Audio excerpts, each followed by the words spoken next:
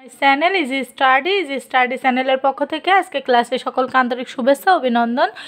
আগামীকাল তোমাদের হিন্দু ধর্মের পরীক্ষাটি অনুষ্ঠিত হতে চলেছে। তো হিন্দু ধর্মের যে সকল শিক্ষার্থীরা সপ্তম শ্রেণীতে আসছো, তো সেই সকল শিক্ষার্থীরা আমাকে অনেক রিকোয়েস্ট করেছে যে ম্যাম অন্যান্য প্রশ্নের মতো এই প্রশ্নটারও সাজেশন তৈরি করে দেন, কারণ তোমাদের জীবন জীবিকা, তারপরে গণিত, ইংলিশ, বাংলা, এই সবগুলো যেভাবে সাজেশন তৈরি করে দিয়েছিলাম তোমরা সেখান থেকে সবই কমন পেয়েছিলে। তাই তোমাদের অনেক রিকোয়েস্টের কারণে আমি আবারও হিন্দু ধর্মের প্রশ্নটা তৈরি করতে বসেছি। তো চলো প্রশ্নটা তোমাদের মাঝে শেয়ার করি।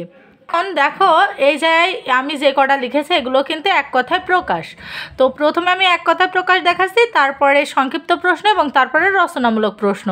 তো সংক্ষিপ্ত প্রশ্ন যেগুলো এখানে এক কথায় প্রকাশ যেগুলো, সেগুলো হচ্ছে ঈশ্বরের স্বরূপ বর্ণনা করো, পৃথিবীতে অবতারের আবির্ভাব কেন হয়, এর দুইটি কারণ লেখো, দেবদেবী কী, অবতার কাকে বলে, শীতলা দেবীর পূজার উদ্দেশ্য কী, পার্বণ বলতে কী বোঝায়, নারায়ণ পূজা কেন করা হয়, এর দুইটি কারণ লেখো, বৈষ্ণবী উৎসব কারা কখন পালন করে থাকে, পূজা কাকে বলে, লক্ষ্মী দেবীর প্রণাম মন্ত্রটি লেখো, নারায়ণ শব্দের অর্থ কী, যোগাসন বলতে কী বোঝায়, যোগের অঙ্গ কয়টি ও কী কী, সলভাষণ বলতে কী বোঝায় বা কাকে বলে, নৈতিকতা কাকে বলে, ঠাকুর অনুকূল চন্দ্রের একটি বাণী লেখো, প্রভু জগবন্ধুর কিসের জন্য ন্যায়রত্ন উপাধি পেয়েছিলেন। এটা কিন্তু খুবই ইম্পর্টেন্ট প্রশ্ন, এবং আমি যে প্রশ্নগুলো তোমাদেরকে এখন দেখাচ্ছি এগুলো কিন্তু এক কথায় প্রকাশ বা সংক্ষিপ্ত প্রশ্ন আকারে আসতে পারে বলতে এখান থেকে প্রশ্নগুলো করা হবে,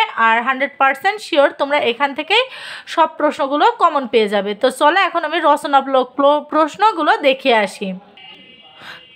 তো রচনামূলক প্রশ্ন যেগুলো আছে সেগুলো হচ্ছে জগদ্ধাত্রী দেবীর স্বরূপ বর্ণনা করো। এখানে তোমরা যে ভুলটা করো সেটা হচ্ছে পুরো বইটাই মুখস্থ করে ফেলো, কিন্তু এখানে কিন্তু পুরো বইটা মুখস্থ করার কোনো কারণ নেই, কারণ পুরো বই পড়েও কিছুই হবে না আর সব কিছু ভুলে যাবে। তো সেক্ষেত্রে তোমরা যেগুলো খুব ইম্পর্ট্যান্ট সেই প্রশ্নগুলো তোমরা একটু পড়ে যেও, আর আমি সেগুলোই দাগিয়ে রেখেছি এবং কি তোমাদের সাজেশন হিসাবে প্রকাশ করছি। তো এই প্রশ্নগুলো যদি পড়ো 100% তোমরা এখান থেকেই পেয়ে যাবে।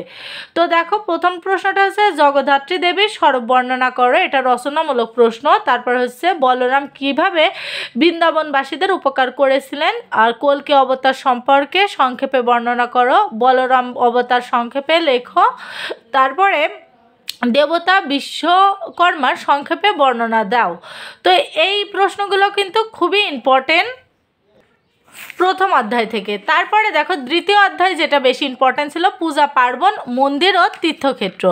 তো এখান থেকেও তো আমি সংক্ষিপ্ত প্রশ্নগুলো তোমাদের আগেই দেখিয়ে দিয়েছি, এখন রচনামূলক প্রশ্নগুলো দেখাচ্ছি।